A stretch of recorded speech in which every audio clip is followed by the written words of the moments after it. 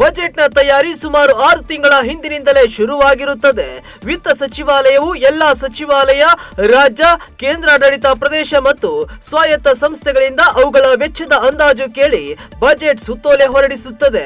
ಆ ಬಳಿಕ ಎಲ್ಲಾ ಸಚಿವಾಲಯಗಳಿಂದ ಆದಾಯ, ಖರ್ಚುಗಳ ಅಂದಾಜನ್ನ ಸಲ್ಲಿಕೆಯಾಗುತ್ತದೆ. ವಿತ್ತ ಸಚಿವಾಲಯದ ಆರ್ಥಿಕ ವ್ಯವಹಾರ ವಿಭಾಗ ಅದನ್ನ ಪರಿಶೀಲಿಸಿ ಸಭೆ ನಡೆಸಿ ಚರ್ಚಿಸುತ್ತದೆ. ಮೂರನೇ ಹಂತದಲ್ಲಿ ಸಂಬಂಧಿತರ ಜೊತೆ ಹಣಕಾಸು ಸಚಿವಾಲಯ ಸಮಾಲೋಚನೆ ನಡೆಸುತ್ತದೆ. ಆದಾಯ ಅಂದಾಜುಗಳ ಅಂತಿಮಗೊಳ್ಳುತ್ತವೆ. ಆದಾಯ ಖರ್ಚು ನಡುವಿನ ಅಂತರದ ಗುರಿ ನಿಗದಿ ಮಾಡಲಾಗುತ್ತದೆ.